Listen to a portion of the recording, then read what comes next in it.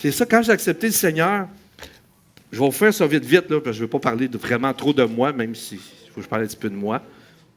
Moi, mon plus gros Dieu dans ma vie, c'était le rock and roll. Moi, j'écoutais du progressif, du Pink Floyd, du Genesis. Puis j'arrive, je veux monter sur la montagne. Vous allez dire, tu devais être dépaysé. J'étais tellement béni. Parce que j'étais libéré. Moi, c'était les paroles. Hey, je veux monter sur la montagne. Je veux être heureux. C'était littéral. Je veux laisser tout ce que j'ai goûté, que ce monde m'a offert. J'en voulais plus de ça. J'étais tellement heureux. Puis quand j'ai commencé à faire la louange à l'église, imaginez-vous, j'ai fait de la louange à l'église à un moment donné avec ma guitare. Puis je chantais ce petit cœur-là, puis wow, on est loin de Pink Floyd puis Dark Side of the Moon, là. Mais moi, ça ne me dérangeait pas. Le message était tellement bon. Ces petits cœurs-là, il est un fleuve. Seigneur, viens nous abreuver au torrent de tes délices. Torrent. Je vous garantis, si vous voyez des torrents quelque part un jour, n'allez pas trop jouer dans ce coin-là. Des torrents de délices. Hey, ce matin, j'ai à cœur de vous emmener un chant. Le temps de m'installer. Vous voyez, c'est un petit peu... C'est pour ceux qui ne me connaissent pas, je suis pasteur de jeunesse depuis quasiment 33 ans. Ça paraît, hein? Vous voyez? C'est évident. Depuis 33 ans, je suis pasteur de jeunesse, puis j'aime ça encore.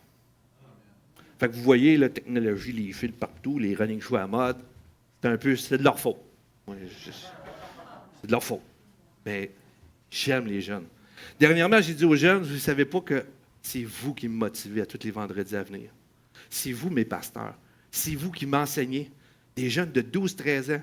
Et j'ai des jeunes, j'ai au moins 5 ou 6 jeunes qui ne viennent jamais à l'Église, qui ne connaissent pas l'Église, mais qui sont là tous les vendredis depuis plusieurs années. Au début, je trouvais ça bizarre. Voyons, mais ils viennent. Puis ils ne viennent pas pour moi, je vous le dis tout de suite. Parce que vous voyez, oui, je suis lui, fun Raymond, mais ils viennent pour quelque chose d'autre. Moi, je crois que c'est Jésus. Dernièrement, il y a une jeune fille qui a accepté le Seigneur, s'est faite baptiser, a été ma bénédiction. Cette jeune fille-là, elle a vécu des choses terribles dans sa vie. Mais, je ne sais pas si vous vous rappelez les premiers jours que vous étiez sauvés ou les premiers mois. Elle arrivait les vendredis. « Hey, pasteur, regarde! » Là, elle m'ouvrait sa Bible.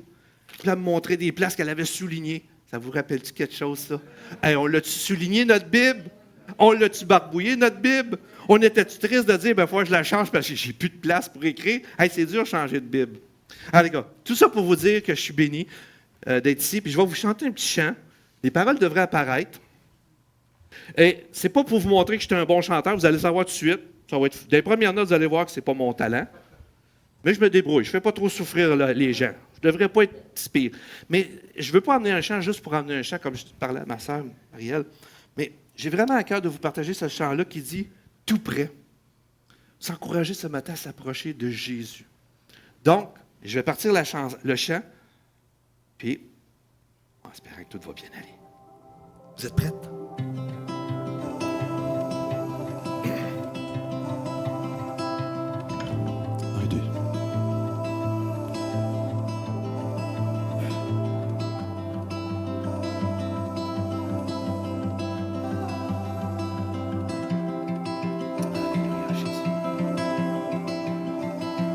De toi, je veux m'approcher, connaître ton cœur, prosterner devant ta grandeur. Couvert de ta grâce, je vivrai pour te glorifier. Tu es ma force, mon appui. Quand l'angoisse surgit, je sais que tu es près de moi, tout près de moi, tu es.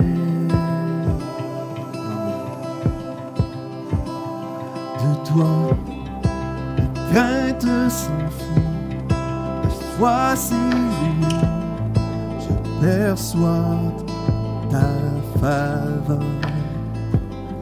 Couvert de ta grâce, je vivrai pour éternité. Tu es Seigneur, tu es la force, mon appui. Quand l'angoisse surgit, je sais que tu es près de moi, tout près de moi. Tu es la vérité, la vie, le chemin qui conduit mon cœur à s'approcher de toi, tout près de toi, Jésus. Je veux m'approcher de toi, je veux m'approcher de toi, tout près de toi, Jésus. Je veux m'approcher de toi, je veux m'approcher de toi, tout près de toi. Tu es ma force, mon appui. Quand l'angoisse surgit, je sais que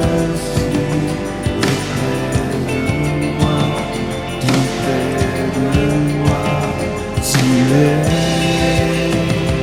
la vérité, la vie, le chemin qui conduit mon cœur à s'approcher de toi, tout près de toi, mon Dieu.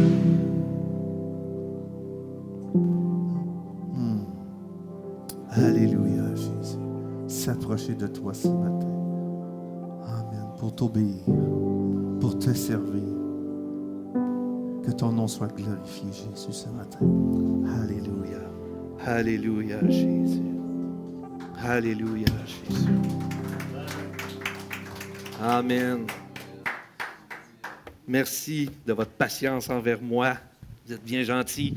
Amen. Vous êtes prêts ce matin à entendre la parole? On est venu pour ça. Hein? Avant d'aller plus loin ce matin, je vais vous poser une question. Je vais vous participer un petit peu. Combien de personnes peuvent rentrer ici à peu près? Jugez compte. 125? D'accord. Vous êtes sûr de ça? C'est le maximum. OK. C'est bon de savoir que c'est le maximum. OK. 3-4 000 si on se tasse un peu. Je pense qu'il exagère, le frère. Non, mais je vous pose la question. Combien qu'elle peut contenir cette assemblée-là? Fait que vous avez dit 225, d'accord? OK. Si je vous dis ce matin qu'elle peut contenir bien plus de personnes que vous venez de me dire, est-ce que vous allez me croire? Ah, c'est bon ça. Bon. Si je vous disais ce matin que vous allez passer à 2 réunions le dimanche matin, 2 réunions le dimanche soir, 2 réunions dans la semaine, que c'est plein.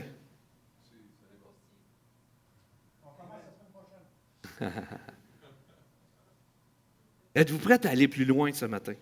Aller de l'avant? Moi, je crois que oui, là. C'est pas que je doute de ce que je vous dis ce matin. Mais ce matin, le message que je veux vous emmener, c'est de vous encourager, de m'encourager, parce que quand que je prêche, n'oubliez pas que le pasteur, des fois, ou le prédicateur, il est ici aussi avec vous. D'accord? Ça ne vous dérange pas que je me promène un petit peu? C'est peut-être pas bon pour la caméra, mais c'est pas grave. Ils m'ont déjà vu sur YouTube, ils n'auront pas de retourner me voir. Bon. Ce message ce matin est pour chacun de nous. Et c'est le but de l'Église, vous savez, de s'encourager le dimanche matin, de s'édifier, d'aller de l'avant. Parce que l'Église a été faite pour ça. Quand on regarde, quand Dieu a fait des dons aux Églises, c'était pour l'édification du corps de Christ en vue de l'œuvre du ministère. Et ça, c'est le plan initial qui ne doit pas changer. Je veux qu'on s'encourage ce matin à voir le Seigneur agir au milieu de nous, avec nous, en nous, expérimenter le plus grand de tous les miracles jamais vus dans ce monde. Et c'est lequel? Le salut des âmes, la nouvelle naissance. C'est le plus gros des miracles. Moi, je souhaite voir la mer, la rivière Yamaska se tasser quand je vais traverser. Je souhaite prier pour les malades et les morts qui guérissent. Je crois à tout ça. Mais le plus grand des miracles, c'est le salut d'un âme. Amen. Êtes-vous prêts à aller plus loin ce matin? Êtes-vous prêts à aller là où ce que Dieu nous veut? Vous êtes sûrs? Amen. Donc, tournons dans Luc chapitre 5 pour lire les 11 premiers versets, si vous voulez bien. Le titre de mon message, c'est « Avance en pleine eau, va plus loin ». D'accord? En plus, moi, ça va bien, avance en pleine eau, on va peut-être le vivre ce matin. Mais pour lire les versets du départ, Luc 5, à partir du verset 1, chapitre 5, verset 1, jusqu'à 11, ça dit « Un jour ». Ah, merci Seigneur qu'il y a des jours. Il y a un jour aujourd'hui, mais à l'époque, c'était une autre journée, mais une journée bénissante parce que Jésus est au bord du lac de Génézareth.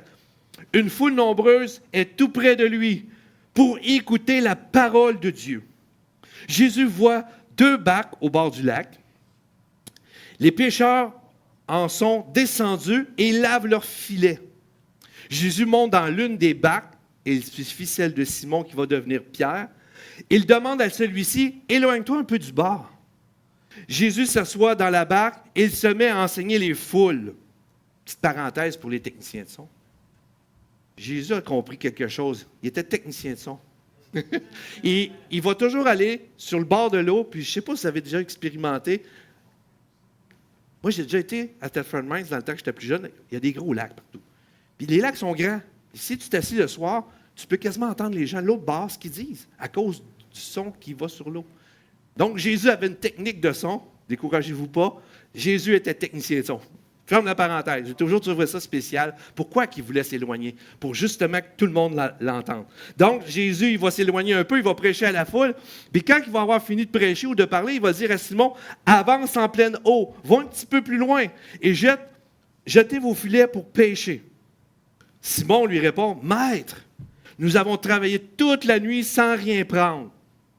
Mais tu nous dis de jeter les filets, je vais le faire. » Ils jetèrent les filets et ils prennent un très grand nombre de poissons. Leurs filets commencent à se déchirer. Pour demander de l'aide, ils font signe. « Hey les gars, venez nous aider, il y a beaucoup trop de poissons. » Et là, les gens qui sont autour, qui l'accompagnaient avec les autres barques, ceux-ci arrivent, ils les accompagnent dans l'autre barque. Ceux-ci arrivent, ils remplissent les 2 barques de poissons et les barques pleines s'enfoncent dans l'eau. Imaginez. C'est extraordinaire ce qui se passe. En voyant cela, Simon-Pierre tombe à genoux devant Jésus et dit, « Seigneur, éloigne-toi de moi. Oui, je suis un homme pécheur. » En effet, Simon et tous ceux qui sont avec lui sont effrayés parce qu'ils ont pris beaucoup de poissons. Il y avait Jacques et Jean, les fils de Zébédée, qui accompagnaient Simon. Ils sont encore effrayés, eux autres aussi. Mais Jésus dit à Simon, « N'aie pas peur. » Ah, que ça fait du bien des fois. Hein? N'aie pas peur. À partir de maintenant, ce sont des gens que tu vas prendre. Alors, ils ramenèrent les barques à terre et ils laissèrent tout pour suivre Jésus. Quel récit! Quel récit! Premièrement, il y a une foule nombreuse qui va aller autour de Jésus pour entendre la parole de Dieu. Et je vais te dire ce matin, l'homme, la femme, l'être humain n'a pas changé. Il y a des foules autour de nous. Il y a des gens qui ont soif de quelque chose de plus que juste cette vie peut leur apporter. Il y a un vide tellement grand dans le cœur de l'homme, de la femme, de notre jeunesse, qui cherche. Juste avoir tout ce qu'il y a autour de nous de distraction, c'est l'infini, tout ce qu'on peut faire maintenant pour se distraire. Vous êtes d'accord? C'est fou tout ce qu'on a, les choses pour nous divertir. Et le monde, je n'ai pas mon téléphone, mais le monde est au bout de nos doigts. Vous n'avez pas remarqué ça? Vous pouvez aller partout dans le monde au bout de vos doigts. Et vous pouvez même parler avec des gens qui ne connaissent pas votre langue, avec des traducteurs. Vous pouvez parler avec n'importe qui. Quasiment Babel. Alors, ferme la fenêtre. Il n'y a quasiment plus de limite de langage, quasiment. Bon, pas parfait encore l'affaire. Mais vous comprenez? On a tout ça. On a la communication instantanée, email, Gmail, dites-le comme vous voulez, Messenger, toutes ces affaires-là. Puis pourtant, de plus en plus, les gens sont seuls. De plus en plus, les gens se sentent seuls. Notre jeunesse vit une solitude terrible. Pourtant, ils sont toujours sur les réseaux sociaux. On cherche des likes. On cherche quelque chose.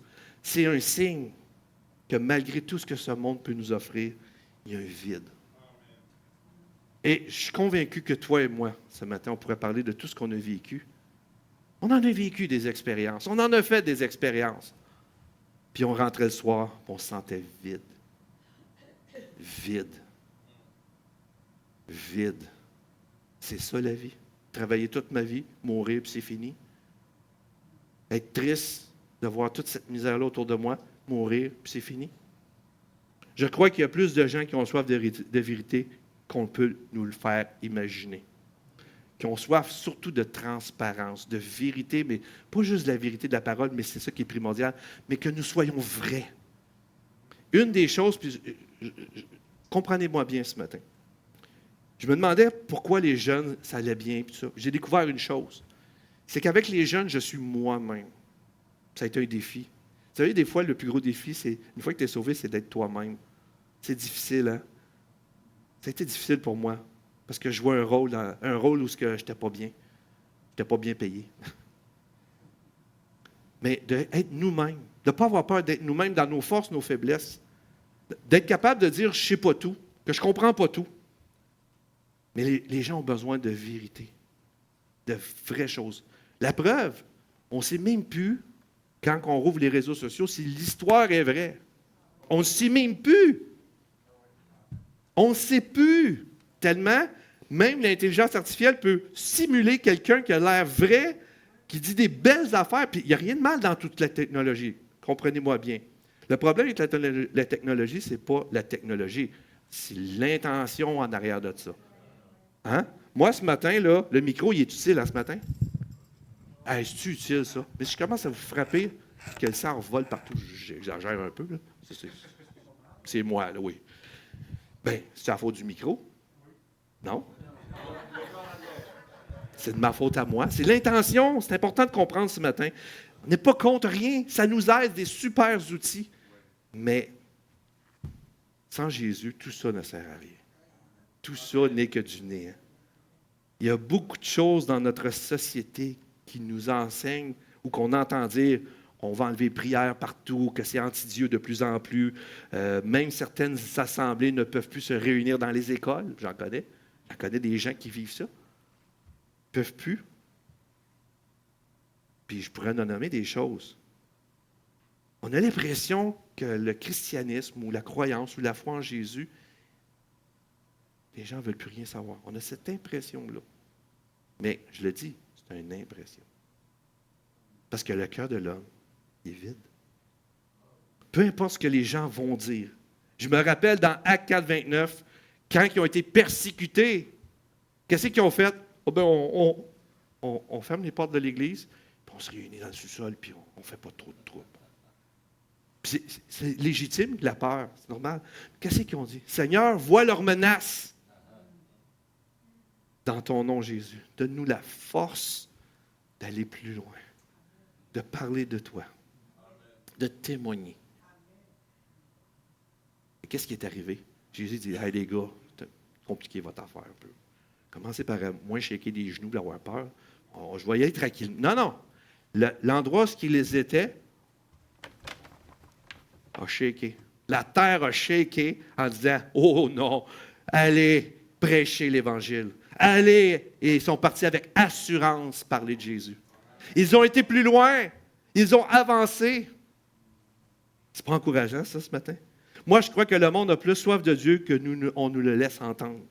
Il y a trop de souffrances, de captifs, d'opprimés, de prisonniers, de monde qui ont besoin d'un sauveur.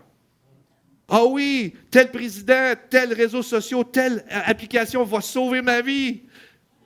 Telle personne, telle philosophie va sauver ma vie. Moi, je ne sais pas si je peux le dire, j'étais à l'oratoire Saint-Joseph avant de connaître le Seigneur. C'était le fun. Hey, ça n'a pas sauvé ma vie. J'ai rien contre l'oratoire Saint-Joseph, c'est une belle bâtisse, ça. Mais rien ne s'est passé. J'ai été dans les railiers. Ça n'a pas sauvé ma vie, vous comprenez? Je cherchais. Puis j'étais sincère dans ma recherche. C'est sûr qu'aujourd'hui, on regarde ça, on rit un peu. Mais mettez-vous dans la... Quand quelqu'un cherche, tout ce qu'on lui présente est la réponse. Jusqu'à temps que tu vois que tu es aussi vide après la journée. Les gens ont soif de Dieu plus qu'on le pense. Les êtres humains n'ont pas changé. Et ce matin, Jésus est venu pour cela. Amen.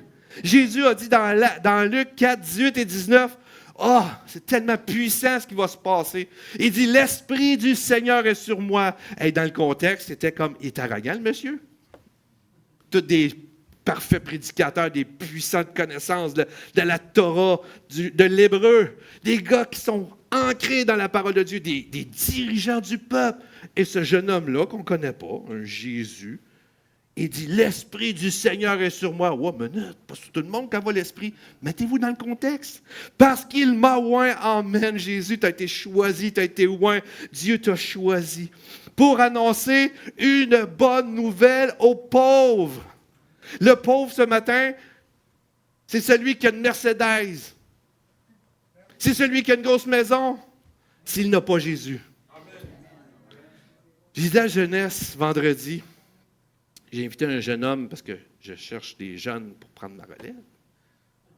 C'est mon rêve. J'ai invité un jeune, puis il parlait de Jésus, blablabla.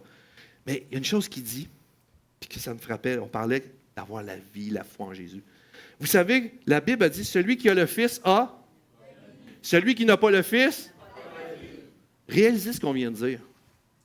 Les gens qui n'ont pas Jésus n'ont pas la vie, pourtant ils vont au dépanneur, ils vont au magasin, ils vont travailler.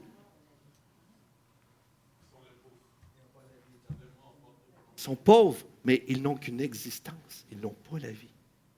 Tant que Jésus n'est pas dans un cœur, on existe, on est là, mais on n'a pas la vie.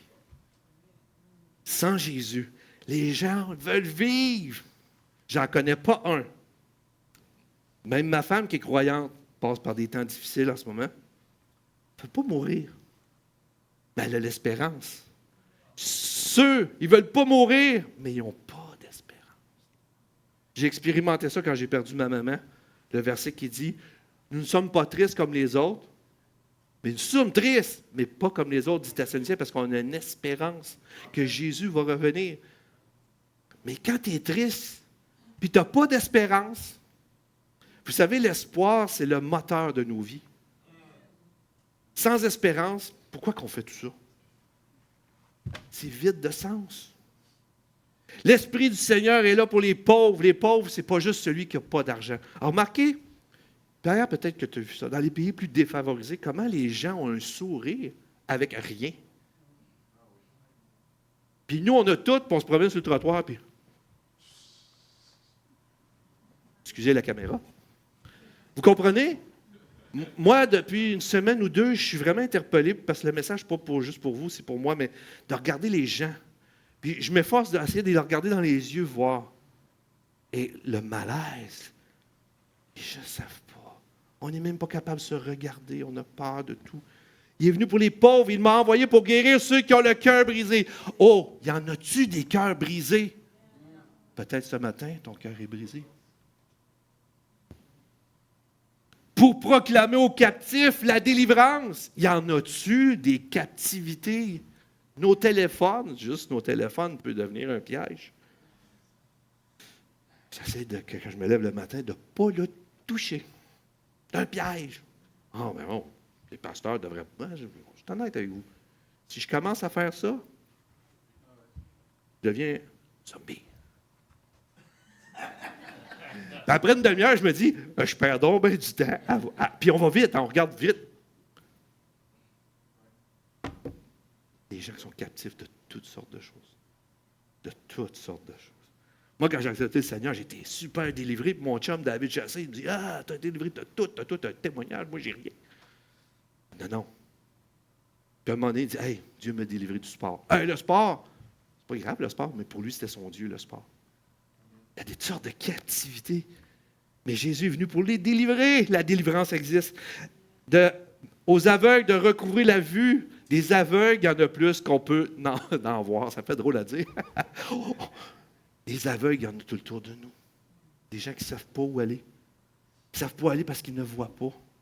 Ils ne voient pas l'espérance en Christ. Ils ne voient peut-être. Puis là, je rouvre une parenthèse, puis c'est un défi pour chacun de nous. Là. Moi, le premier. Les gens où je travaille, des fois à l'usine, est-ce qu'ils voient Jésus quand je fais mon travail? Est-ce que je reflète quelque chose? Comprenez ce que je veux dire? Des aveugles, il y en a partout.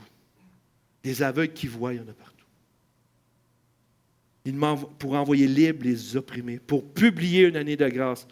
Vous allez me dire, oui, mais Raymond, le péché, il est tellement de plus en plus. On dirait que tu penses avoir atteint un niveau de « wow, ça n'a pas de sens où est-ce qu'on s'en va ». Puis tout d'un coup, la semaine d'après, voyons donc. J'aurais jamais pensé qu'on aurait eu cette idée-là de faire telle folie ou telle direction.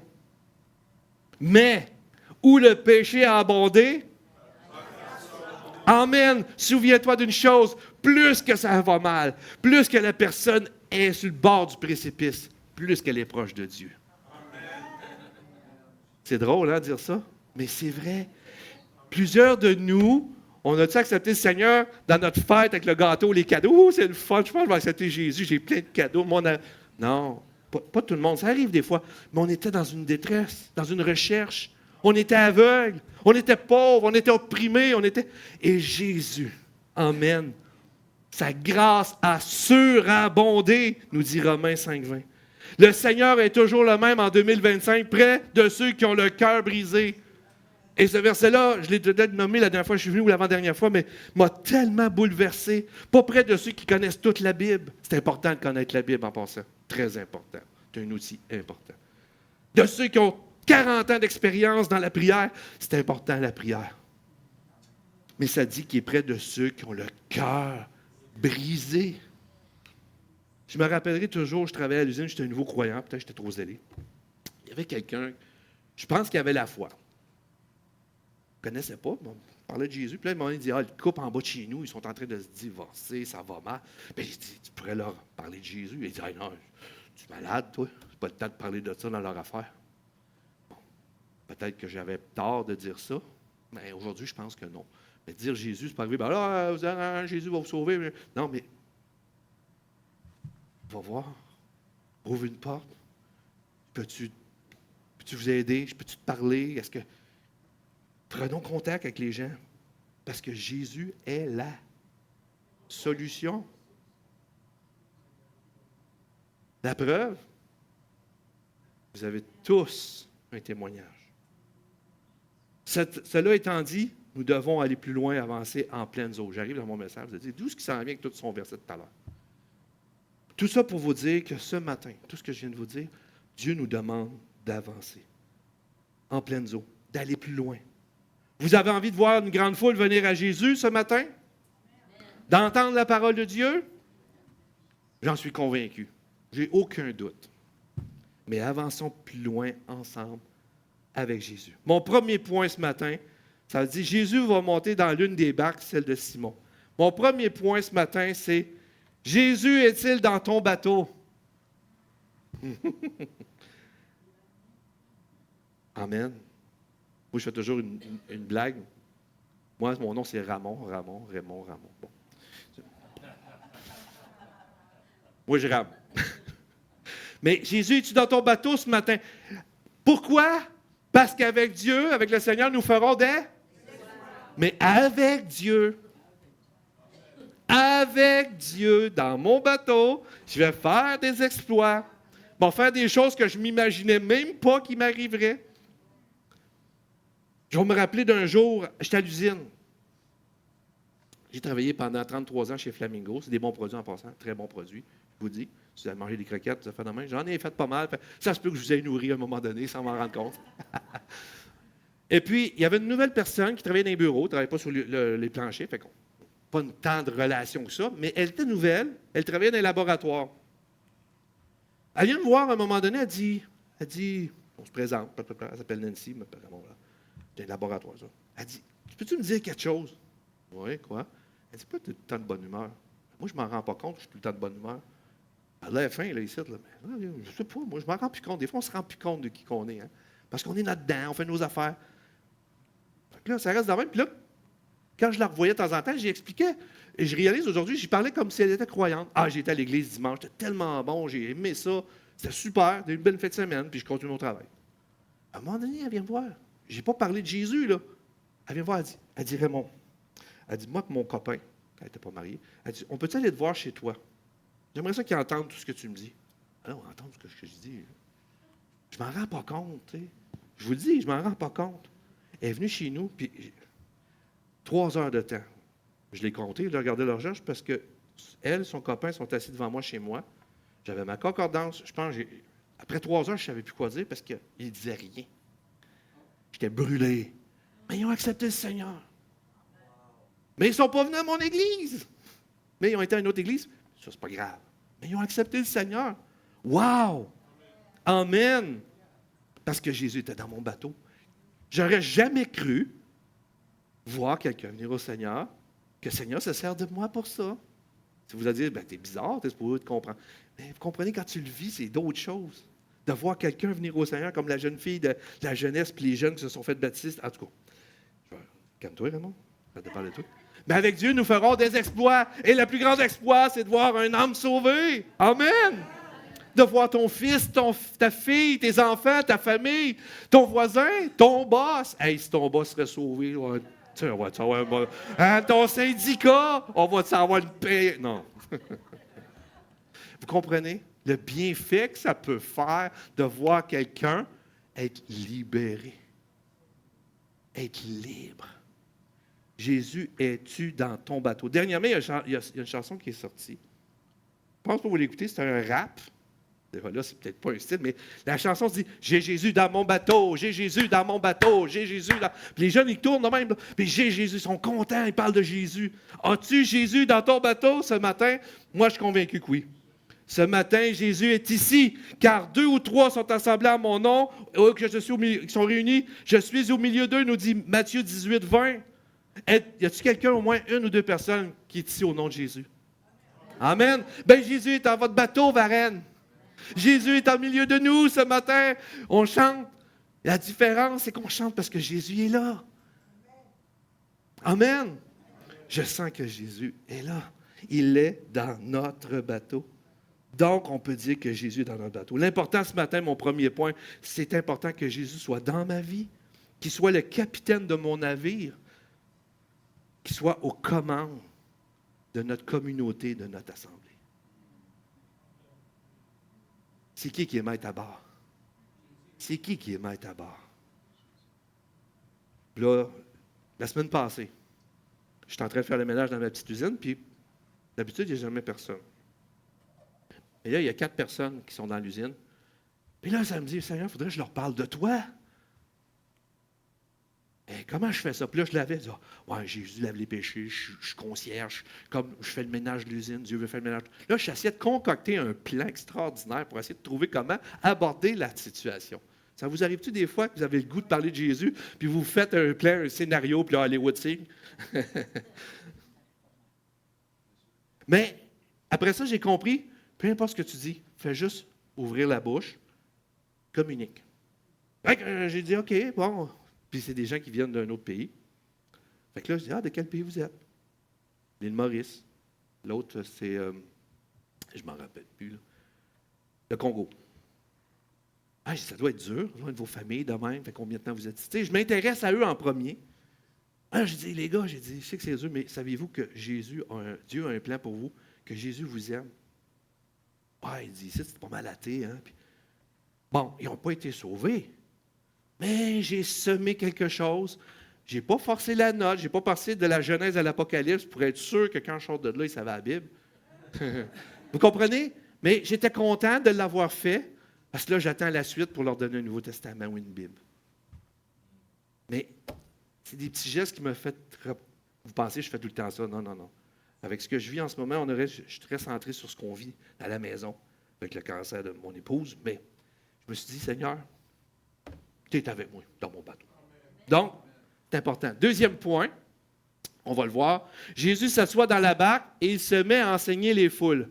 Quand il a fini, il parle et il dit à Simon, il dit, avance en pleines eaux et jetez vos filets pour pêcher. Ce matin, Dieu nous demande d'aller plus loin. Avance en pleines eaux. Avance plus loin. Oui, mais ça fait longtemps qu'on suit le Seigneur. Oui, mais je veux t'encourager ce matin. Va un petit peu plus proche de ton voisin qui te dérange quand il passe à tondeuse de 6 heures le matin. Va vers celui qui... Des fois, c'est un signe, hein, ceux qui nous tricotent un peu. Vas-y. Fais juste dire bonjour, je m'appelle un tel, comment ça va? Donnez juste un pas de foi. J'appelle ça donner des outils au Saint-Esprit. Si tu fais un pas de foi, le Saint-Esprit voit ton pas de foi, puis tu ne sais pas ce que ça va te mener. Dans une relation, une conversation. Et je te dis, laisse les gens parler. Ils vont te donner beaucoup de réponses, beaucoup de pistes de solutions. Dernièrement, il y a sur les réseaux sociaux une jeune fille, je ne sais pas pourquoi j'ai tombé dessus.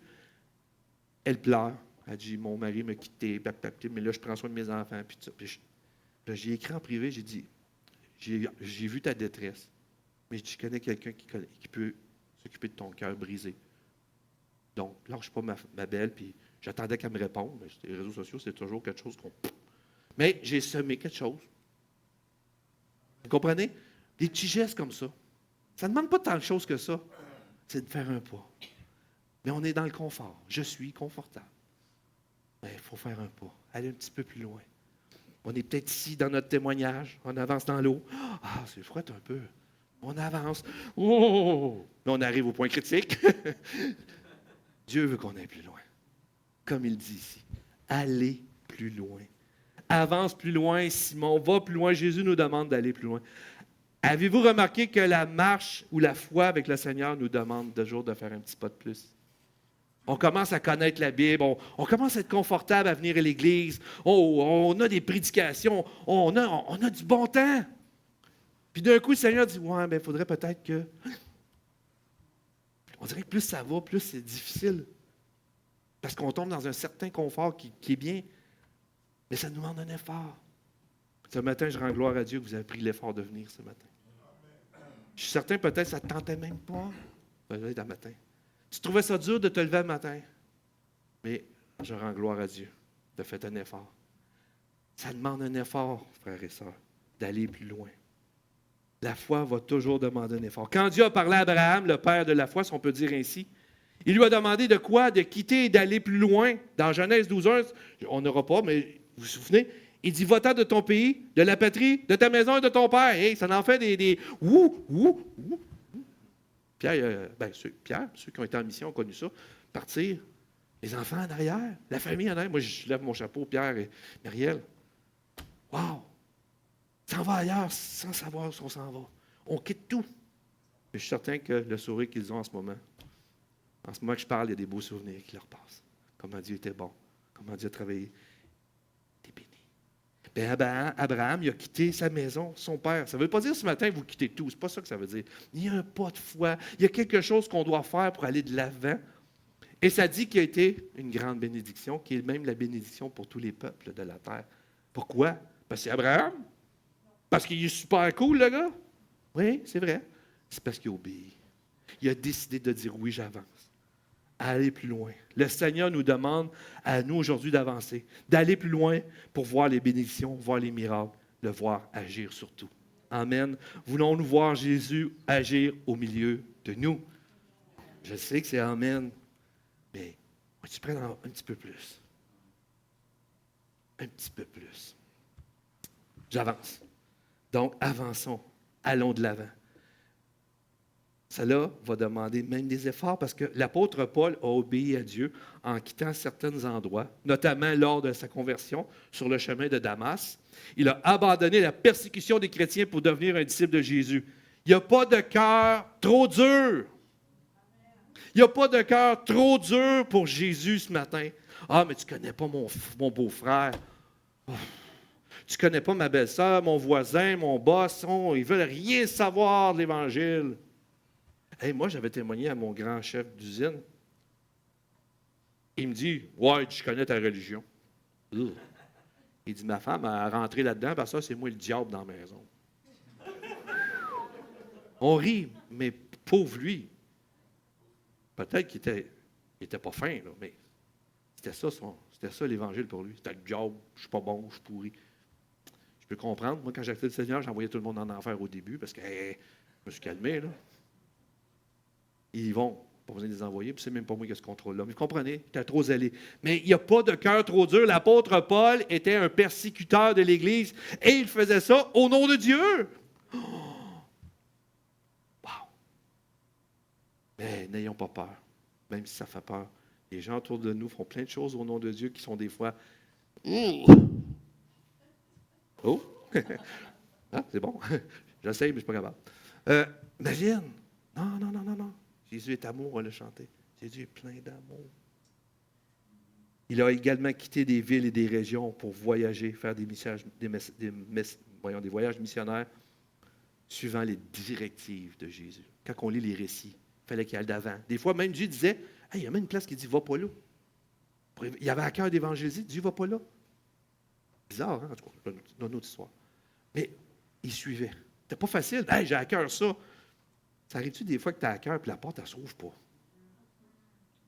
Moi, j'ai appris, force peu à la porte. Seigneur, si ça ne marche pas, il y a une raison. Je ne la connais pas. Peut-être que demain, je vais savoir, peut-être dans 1 an, peut-être dans 10 ans. En ce moment, ce que je vis avec mon épouse, je ne sais pas c'est quoi l'issue. Mais j'ai appris à y faire confiance. Il est dans notre bateau chez nous. Puis justement, vendredi, je dérape encore un peu, mais je vais me dépêcher.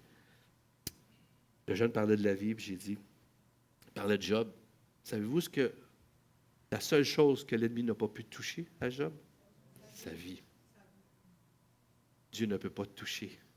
L'ennemi ou toute la maladie ne peut pas toucher à la vie de ma femme. Parce que c'est un don de Dieu. Quand Dieu a soufflé dans les narines, ce qui nous anime aujourd'hui, c'est cette action-là qui fait qu'on est une âme vivante.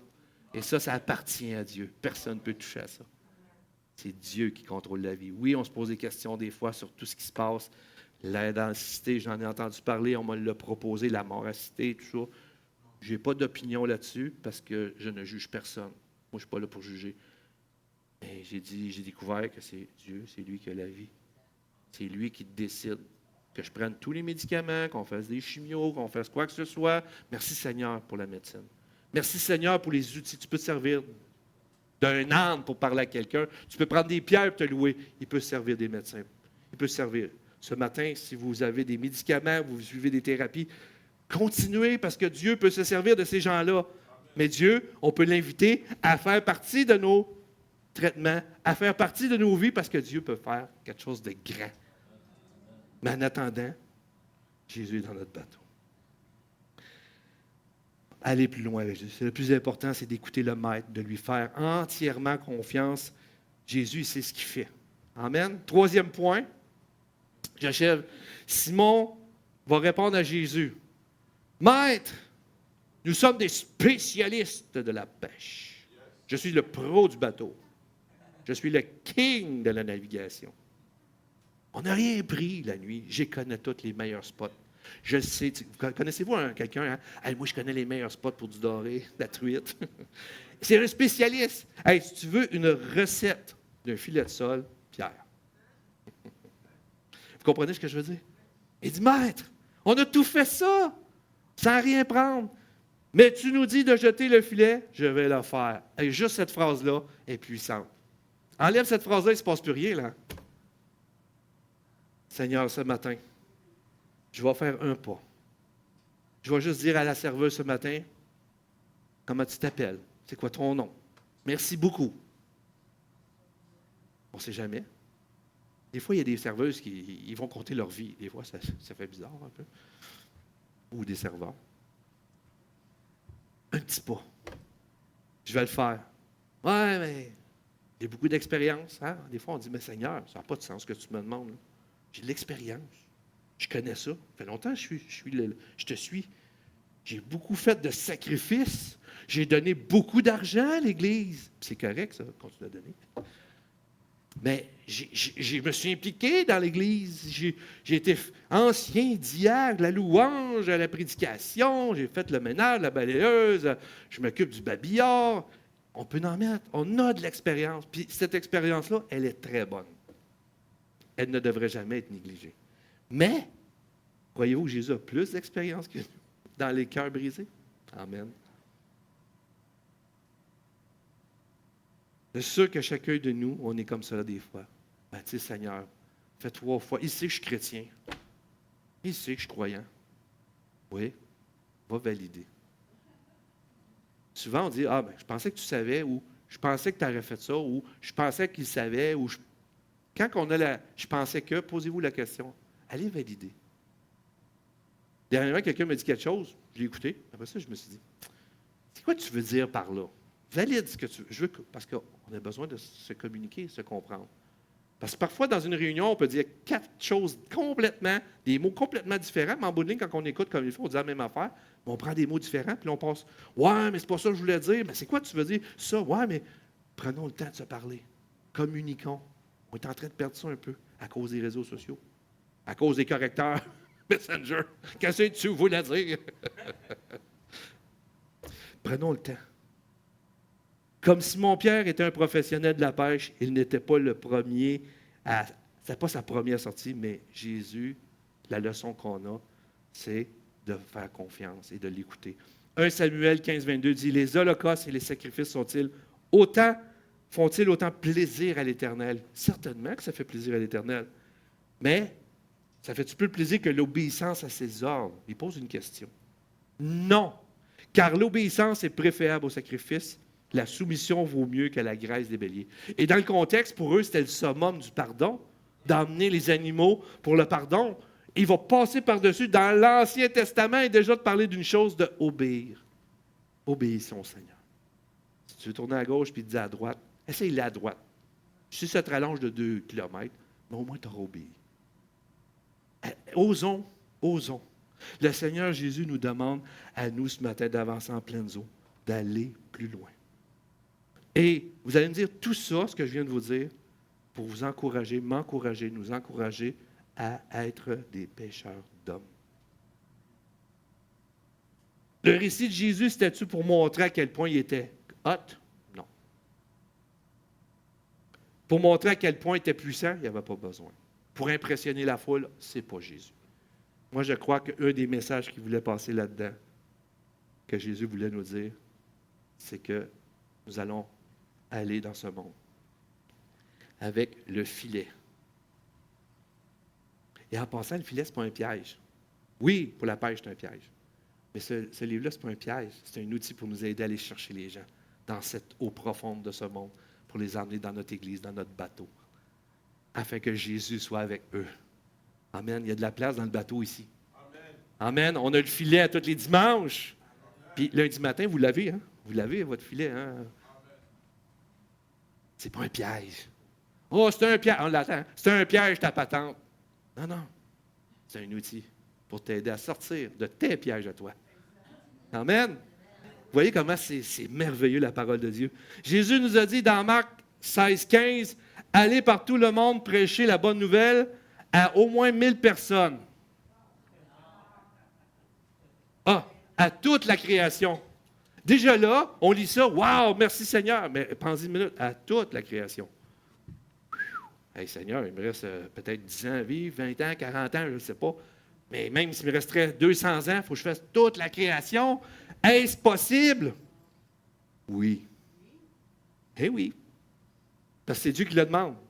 Dieu ne demande pas des choses impossibles. Maintenant, la création, là, c'est mon voisin, il fait partie de la création. Je suis fatigué avec ça, hein?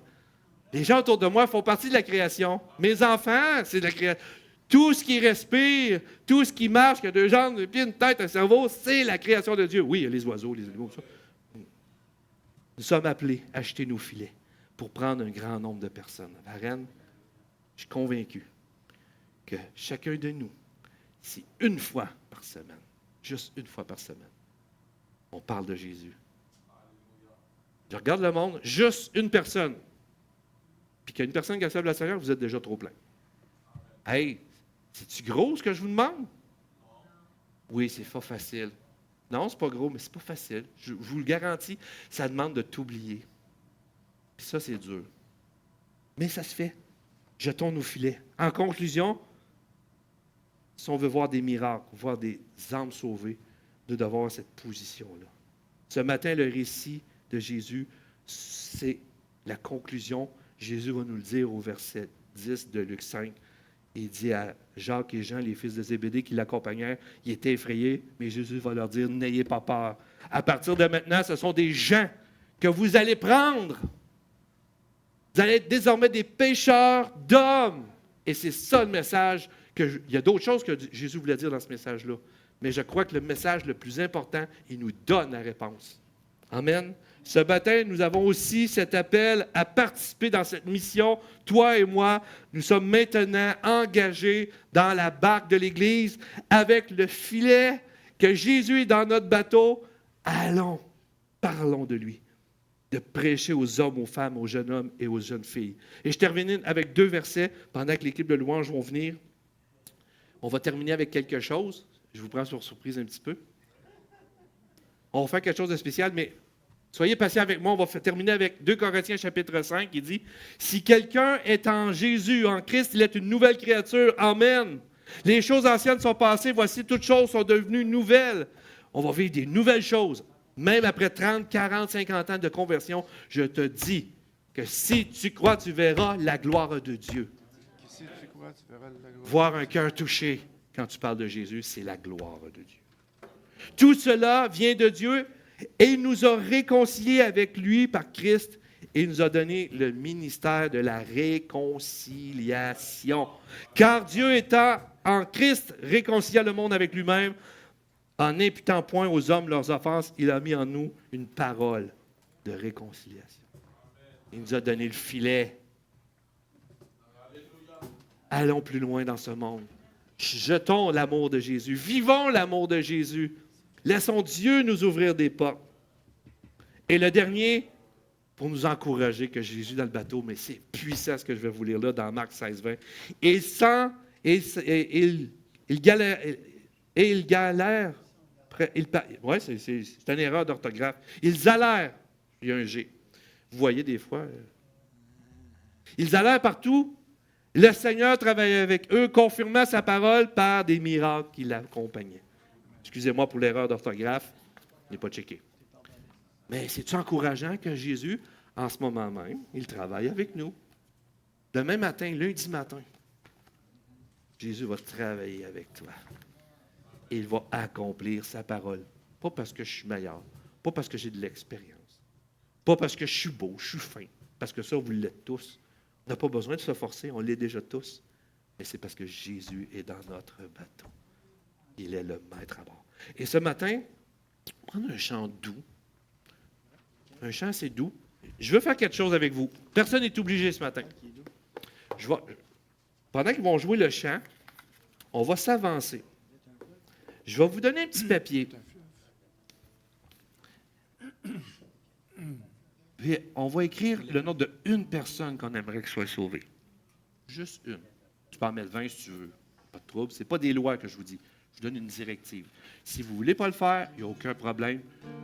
Mais j'ai demandé, j'ai eu l'autorisation des hauts gradés ici. Là. Ils m'ont dit que je pouvais le faire.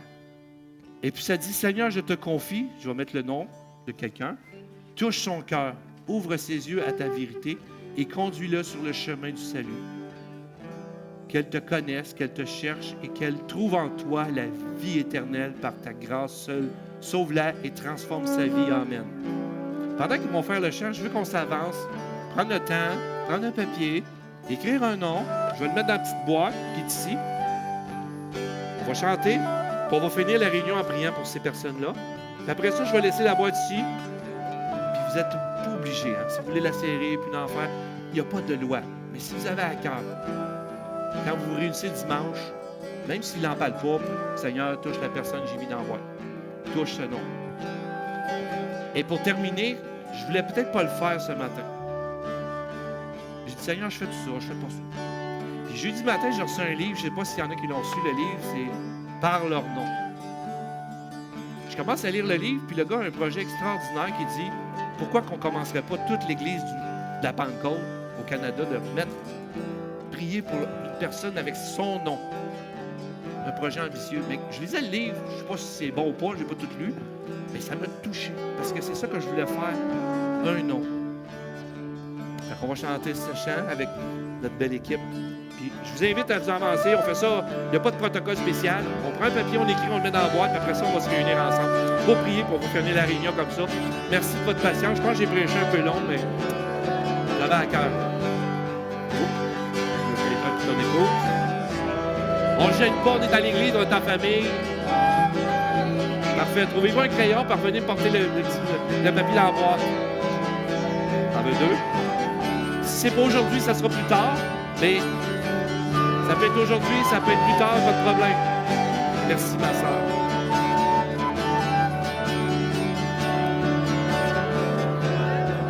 Oui, il n'y a pas de problème. J'en ai fait parce que je savais qu'il y avait beaucoup de monde.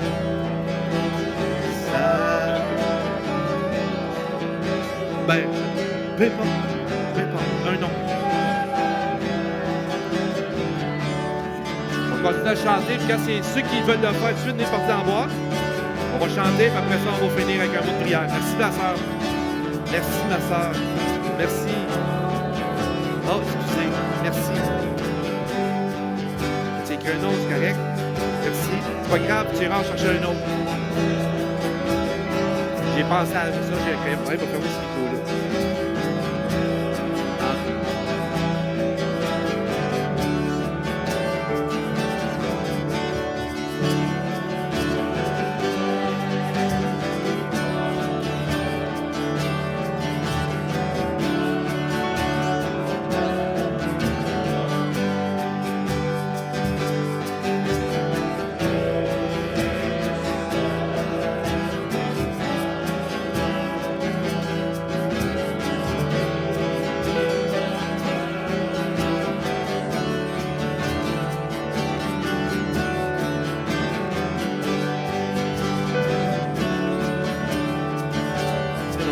Ça ensemble une dernière fois.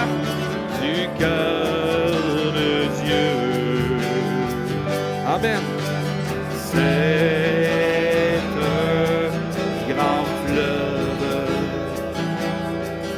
d'un amour merveilleux. Je vais y boire. Amen. Je vais y boire son amour. Mon amour me remplit et sa victoire